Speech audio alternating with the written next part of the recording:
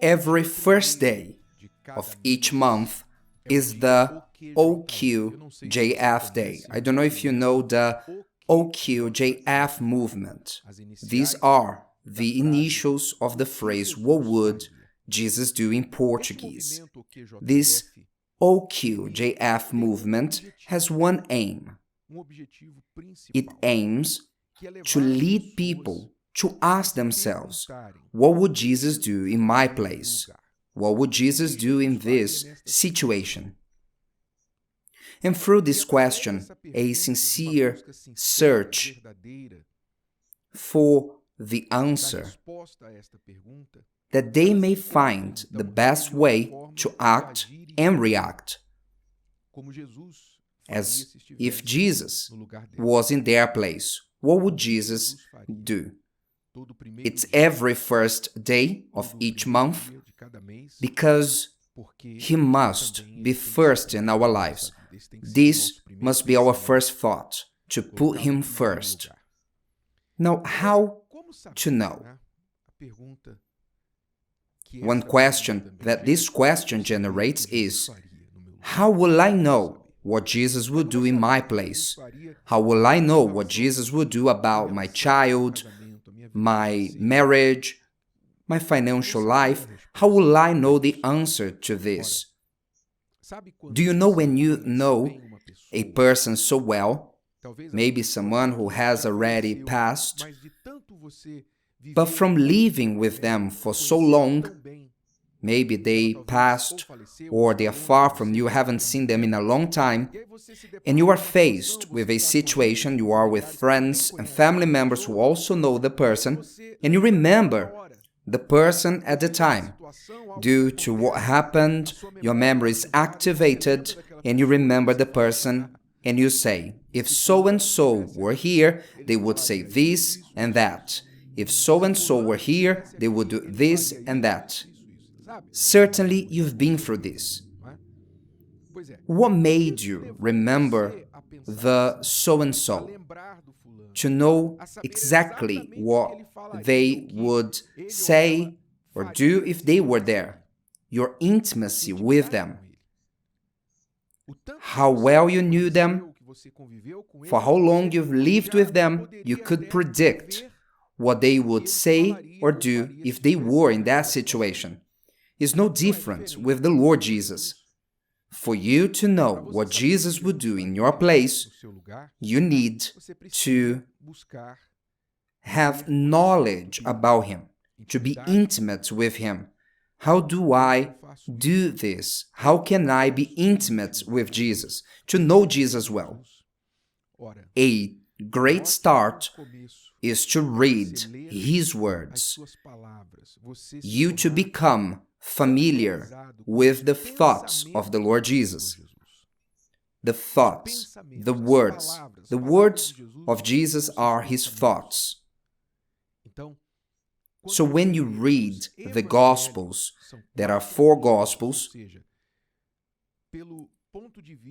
through the point of view of 4 different eyewitnesses to what Jesus did, said, how He acted and reacted, these 4 Gospels that talk about and testify of the Lord Jesus, we have the record of the words of the Lord Jesus. Words that at times are repeated out there as popular sayings, and people don't think about them. But if you really want to know a person, you need to stop and pay attention to their words. So what would Jesus do in your situation? If you want to know that, first, start to make reading and meditating on the Gospels a habit. Matthew, Mark, Luke, and John. Read the Gospels. Many Bibles come with a useful feature, which is the words of the Lord Jesus printed in red. The rest of the text is printed in black, but the words of the Lord Jesus are printed in red. This is useful to know all that Jesus said, because all in red are the words of the Lord Jesus. So reading the words, you cannot read them as one who eats or devour a sandwich like someone who eats a sandwich without eating the whole morning and in one bite swallows the whole sandwich. You cannot devour the words of the Lord Jesus like that. If you really want to get to know Him, you have to taste and enjoy the words of the Lord Jesus. You must meditate on His words, and each word that He said were random, by chance, to pad out His speech. All His words had a suitable target. Often, people were even in awe when He would speak, because His words were so strong that people at times they would be in awe. With no words, His accusers had no answer, nowhere to run. So start reading, learning the words of the Lord Jesus. Whoever listens and practices what He says is as a person who, regardless of the storm, the enemies that come against them, they will be firm like a house on the rock. Nothing will shake them. You need to put this into practice in your life. The more you put these words into practice, the meditation of the words of the Lord Jesus, putting them into practice in your life, so the answer to this question will be automatic. You will know what Jesus would do in your place. This will serve as a compass. You will never be unaware of what to do again, or confused. What should I do? What should I not do? You will never depend on others to guide you again. I remember that yesterday we received a couple here at the Temple of Solomon for the first time, visiting us from another state, and they follow our work through the internet, the work of the Love School, and they came to speak to me. And the wife told me, a little emotional, I would like to speak to Christiane. Could you call her? But unfortunately, she had already left. She was no longer there. And I told her, I saw that she was quite emotional. I told her, listen, she's not here, but I promise that I'll send your regards to her as soon as I see her in the house. And she said that because Christiane was helping her so much with her words, and she said, I would like to be like her, to have what she has in terms of knowledge, counseling. I would like to be like her. And I told her, no, you shouldn't think like that. You should desire more than that, to be more than Christiane.